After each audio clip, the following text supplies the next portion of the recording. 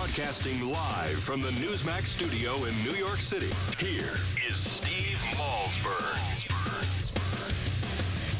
I know, I think write-in is a long shot. I think the more interesting question, Megan, tonight is, as we look at this extraordinary upset, is what does this tell us about the role of the Tea Party within the Republican Party? And what it tells me is the Republican Party cannot ignore the Tea Party. It must find a way to fuse together the wings of its party to be able to have a winning season. Now, it might be able to win this fall because the odds and the arithmetic and the issues and the circumstances are so bad for the Democrats.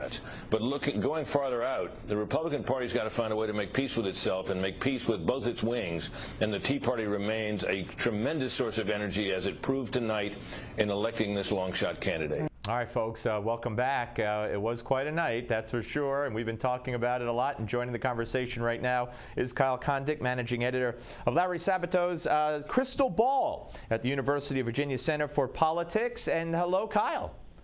How's it going? Good, good. Good to talk to you. Thanks for coming on.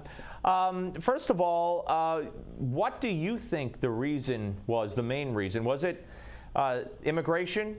Because it certainly seems that that's the message hammered home by the man who emerged victorious in all of this before, in the days leading up to this momentous occasion. I think it's a combination of a lot of factors. I think that immigration is one of them. I think more broadly, Republicans in that district, I think they wanted more of kind of a local leader as opposed to a national one. I think oftentimes we see, particularly in recent years, when there's a party leader like Senate Majority Leader, or in this case the House Majority Leader. Sometimes they can become nationalized in a way that their constituents don't like. And I just think about Tom Daschle was the Senate Minority Leader in 2004, lost the general election in South Dakota. Harry Reid really almost lost in 2010. Mitch McConnell has a tough race in 2014, and then we have this really shocking upset of Eric Cantor. But I just wonder if I think that sort of the conventional wisdom was always, oh, well, it's really good to be a leader in Congress because you can bring back pork to your district and you're a leading person in government. But I think voters increasingly just don't care about that.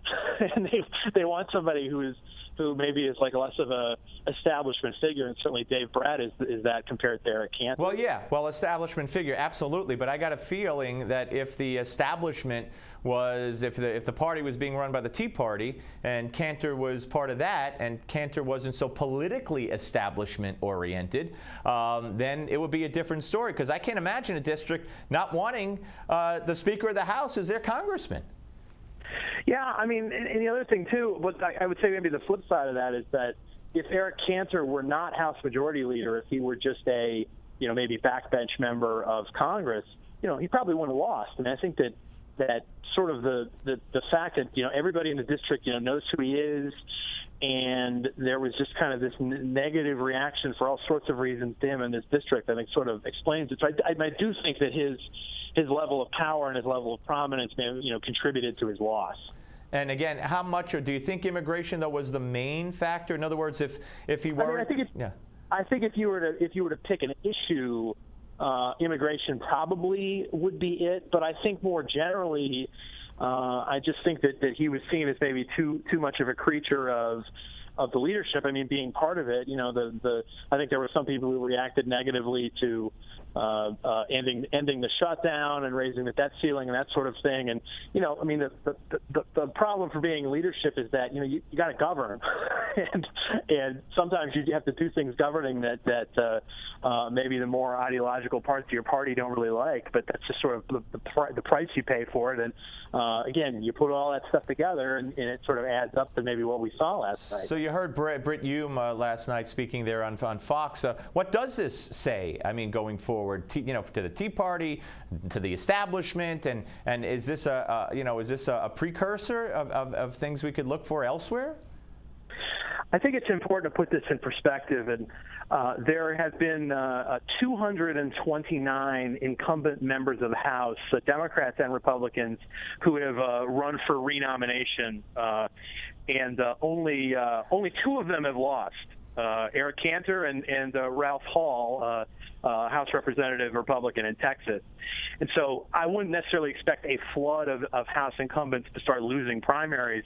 House incumbents don't really lose primaries all that often, but they're usually a handful each year. It's just that it's usually not the House Majority Leader. In fact, it hasn't been ever in the history of the country. Yeah, that's certainly true. What about Lindsey Graham? He had, I think, 6 opponents or so, and he won pretty easily. Wait, are you saying there were other elections last night?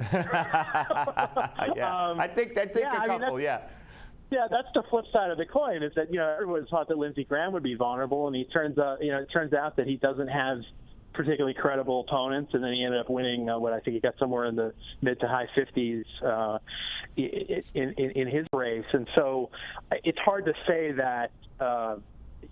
You can't make a blanket statement about every race based on Cantor's race, because you look at Lindsey Graham and he did fine. Now, would it have been a different story if Trey Gowdy or Mick Mulvaney or one of the another prominent conservative kind of Tea Party guy from the South Carolina congressional delegation had decided to run against Graham? Yeah, I think it might have been. Or if Tim Scott had gone to the Senate before, he might have had a chance to challenge Graham in a primary. But that's how it happened. It ended up being a fairly motley crew of contenders to go against Lindsey Graham, and none of them made any impact, and they couldn't hold him under 50 to force a runoff. So, I think to say, oh, the establishment's doomed. I mean, Lindsey Graham, I would say, is one of the big establishment Republicans in Washington. He did fine. Yeah, no, I couldn't agree with you more. And the outlook, the latest outlook from the crystal ball on the Republicans retaking the Senate. I think it's still pretty much a coin flip. Our outlook is a range of 4 to 8 seats, which is.